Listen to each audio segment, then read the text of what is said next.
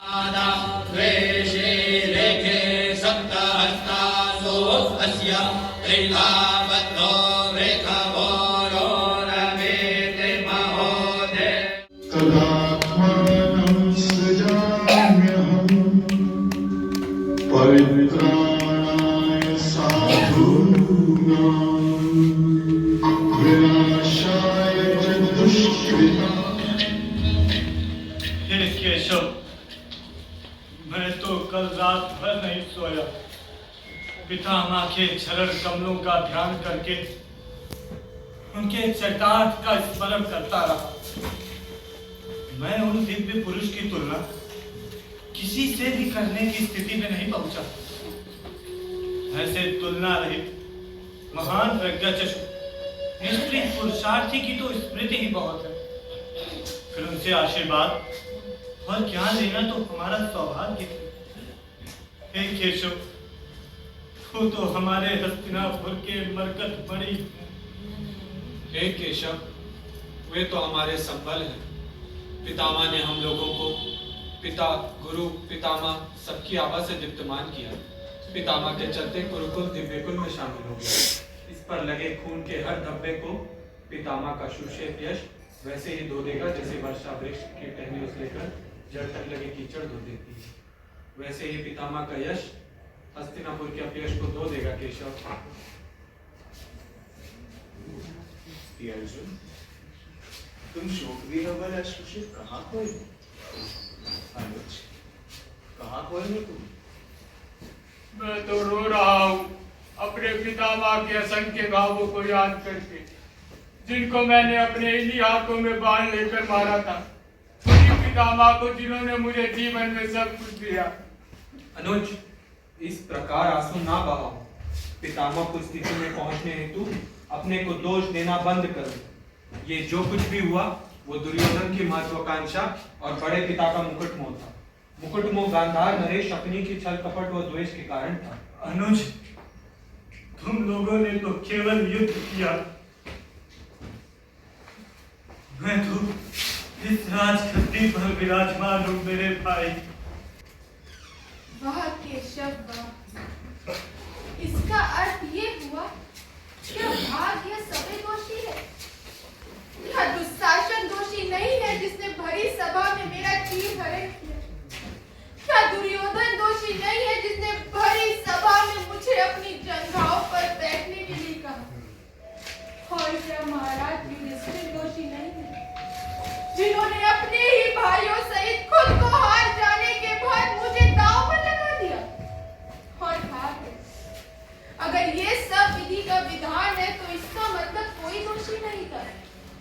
तो फिर इतने बड़े युद्ध की क्या आवश्यकता थी? विधि का विधान मानकर चुपचाप रहना चाहिए था। कम से कम इतना बड़ा नरसंहार तो ना हुआ होता। अमृत के अनुसार अपने इस नश्वर शरीर को त्याग देंगे। इसलिए हे केशव, आप सब लोग चलकर तात्री से आशीर्वचन ले लीजिए। आप सही कह रहे हैं काका। पितामह के इस समय दर्शन अति आवश्यक है। साथ ही ऐसी स्थिति में उनसे राजनीति की शिक्षा लेना भी आपके लिए आवश्यक है। हाँ केशव, मेरे मन में भी कुछ प्रश्न हैं जिनका मैं पितामह से उत्तर चाहती हूँ। मैं भी चलती हूँ। ऐसे समय पर उनसे कोई भी प्रश्न पूछना उचित नहीं होगा। वो इस समय नृत्यशैया पर है। प्रश्न तो मैं भी पूछना चाहता हूँ। चलो, और सब चलकर अपने अपने प्रश्नों के उत्तर उनसे प्राप्त करें, क्योंकि पितामह ने अपना जीवन खुद के लिए नहीं बल्कि दूसरों के लिए दिया है। आप लोगों के प्रश्न पूछने से उस समय का उन पर कोई अंतर नहीं पड़ेगा।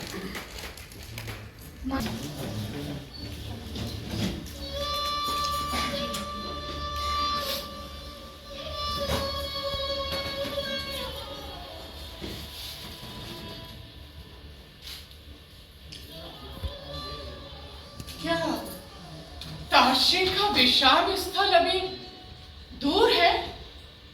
नहीं दीदी, अब पास आ गया है। यहाँ से उनके प्रहरी दिख रहे हैं। पितामह, पितामह, अरे पितामह। ये अर्जुन अपने पितामह की ओर दौड़ता हुआ जा रहा है। किधर है ताश्री? किधर है ताश्री? मुझे भी ताश्री के पास ले चलो। आइए महाराज। महाराज, ये रहे बाणों की सया पर लेटे हुए हमारे तात्री। मैं विदुर आपको प्रणाम करता हूँ। ताश्री, मैं धृतराष्ट्र आपको प्रणाम करता हूँ। आइए महाराज।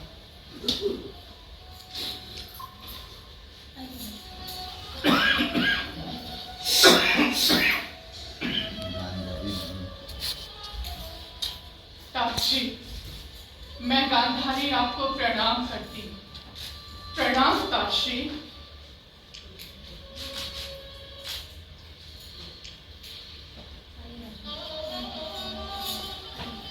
ताश्री, मैं कुंती आपको प्रणाम कर रही हूँ। प्रणाम पितामह। मैं युधिष्ठिर आपको प्रणाम करता हूँ। प्रणाम पितामह। मैं द्रौपदी आपको प्रणाम करती हूँ। प्रणाम पितामह। मैं भीम आपको प्रणाम करता हूँ। प्रणाम पितामह। हम नकुल सहदेव आपको प्रणाम करते हैं।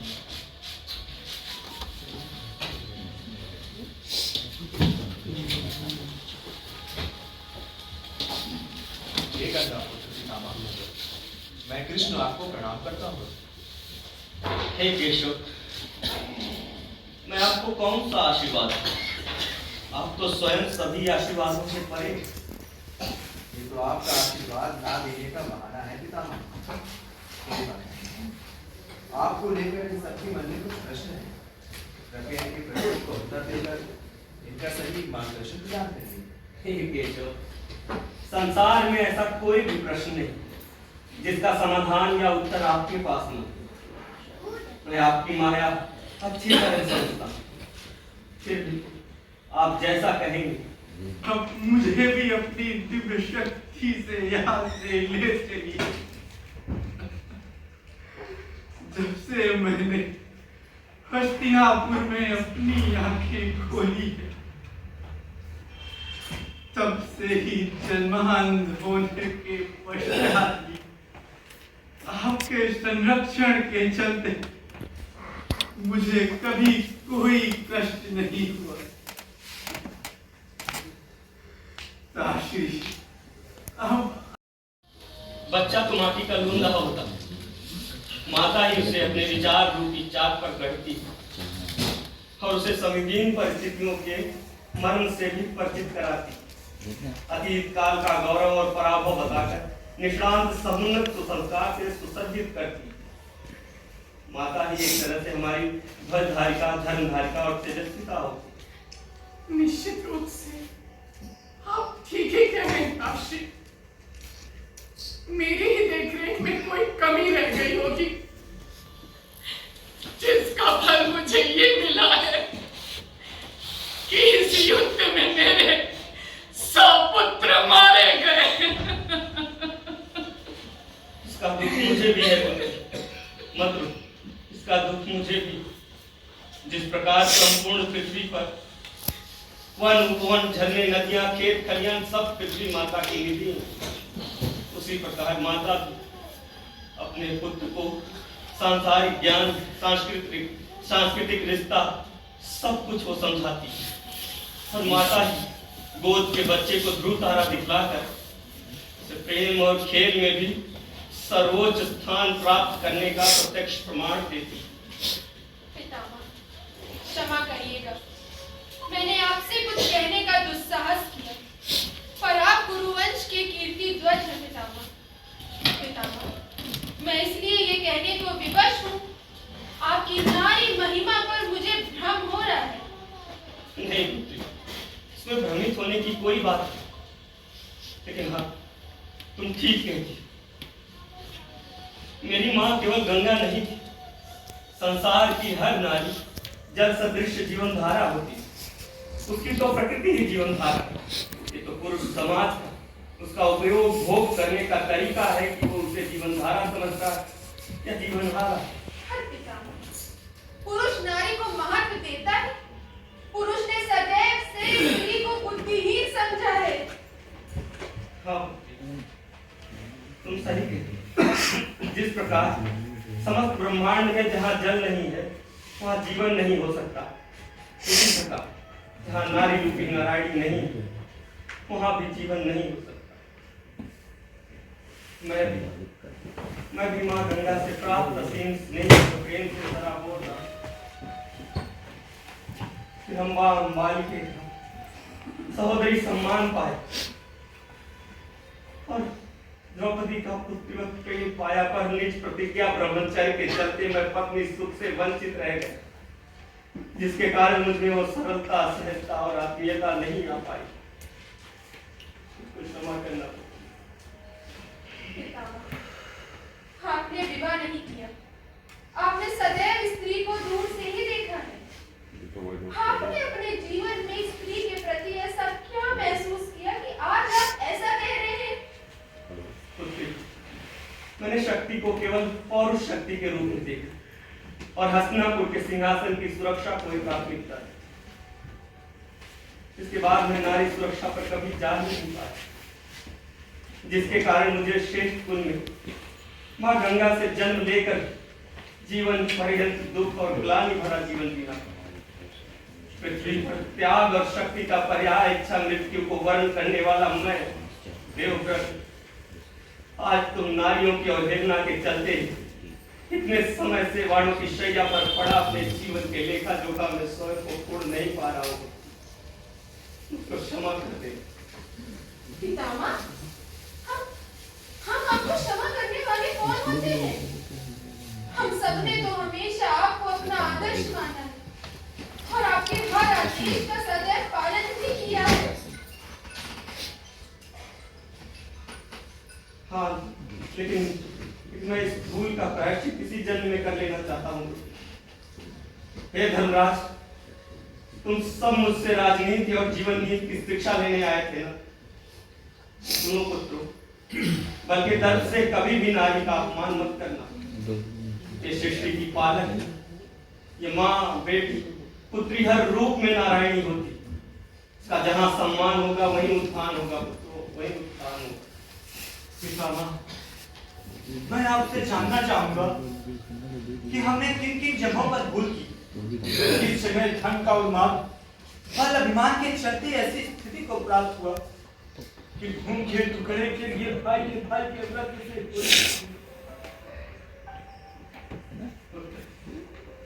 युद्ध की नींव तो पिता महाराज शांतनु के समय ही पड़ गई, जब वो अपने युवा होते पुत्र के यौवन को न देखकर स्वयं मां सत्यवती के अनाधिकार प्रेम में लिप्त हो गए। महाराज की प्रेम आसक्ति ने उनकी शक्ति को क्षीण कर दिया। मां सत्यवती छत्राणी नहीं कि कोई भी शाप निज स्वाभिमान में है। वो तो केवल पुत्री और उनके पिता को अपनी पुत्री के पुत्र को राजा के रूप में देखने की अभिलाषा थी। और उस अभिलाषा में बाधक था मैं देवव्रत। इसीलिए पिता के प्रेम मार्ग को प्रशस्त करने के लिए मैंने भीष्म प्रतिज्ञा की, लेकिन मैं भूल गया कि अपने कर्तव्यों से मुख मोड़ लेने से सर्वत्र शांति नहीं हो सकती। पुत्रों, प्रकृति की एक अविरल धारा होती, उसे प्रेम से रोकने पर वो परिवर्तित तो हो जाती, लेकिन अधिक रोकने पर वो प्रतिशोधित हो जाती। पितामह, दूसरी भूल काशी नरेश की पुत्रियों के स्वयंवर में बिना निमंत्रण के पहुंचकर वहां पर उपस्थित सभी राजाओं का अपमान करना और उनकी पुत्रियों को बिना अनुमति से हस्तिनापुर लाना। ये आप क्या कह रहे हैं? हाँ गांधारी, युद्ध संधि स्वरूप तुमको मांगना सबसे बड़ी वजह बनी, सबसे बड़ी वजह। यदि मैं तुमको बिना बताए धृतराष्ट्र से तुम्हारा पाणिग्रहण न करता तो तुम अपनी आंखों पर पट्टी कदाचित नहीं पाना, जिसको हम सब लोग पति अनुसरण समझकर प्रसन्न होते रहे। दरअसल वो हस्तिनापुर के प्रतिशोध स्वरूप था। जो पति नहीं देख सकता, उस पति को और उस वैभव को नहीं देखना चाहूंगी जिसके बल के दर्प में उसके पितृ देश पर आक्रमण कर उसे संधि स्वरूप प्राप्त किया गया। वो अपना सेवक ही समझा। उसको तुम माता के रूप में पाकर उससे जन्म लेने का अधिकार तो रखते हो, उसका सम्मान भी कर लेते हो, किंतु पुत्र इस नारी अंश के अन्य रूपों के गौरव का ध्यान नहीं रखते। पराजित पिता से उसकी पुत्री को द्रव्य समान बलवत ले लेते। पर क्या किसी विजित कन्या से उसकी अभिलाषा जानने का प्रयत्न करते? पर माँ, आपने जन्म से लेकर आज तक ये अनुभव नहीं होने दिया कि आपने हम भाइयों की सेवा स्वेच्छा से हृदय से करती है, ना कि किसी बंधन से। आज इस तरह की पुराना बातें करती हैं जो हम भाइयों के जीवन में असंभव है। माँ, ये मैं क्या सुन रहा हूँ? हम स्त्रियां जो करती हैं वो हृदय समर्पण भाव से करती हैं, किसी संभावना में नहीं। यह तो हम स्त्रियों की प्रकृति है पुत्र। हम निज जीवन देकर दूसरों को जीवन देते, आशीर्वाद देकर तिल तिल करकर। पुत्र हम स्त्रियां तो प्यार की हिम्मत है, जिनका जीवन स्वयं को गलाकर दूसरों को भरना। पुत्र, जिस तरह हिम्मत कभी रिक्त नहीं होता, वैसे ही हम माताओं का अंत तक आशीर्वाद स्वरूप त्याग ही प्रभावी रहता है। हाँ माता श्री, सहदेव की बात से तो मैं भी सहमत हूँ। हमें कभी भी ऐसा नहीं लगा कि हम आपकी कोख से नहीं जन्मे। आपने हम बच्चों को अपनी कोख से जन्मे बच्चों से अधिक स्नेह दिया है, तो फिर आज आप ऐसा क्यों कह रही हैं? ये दायित्व तो हम स्वतः पूरी करते रहते हैं।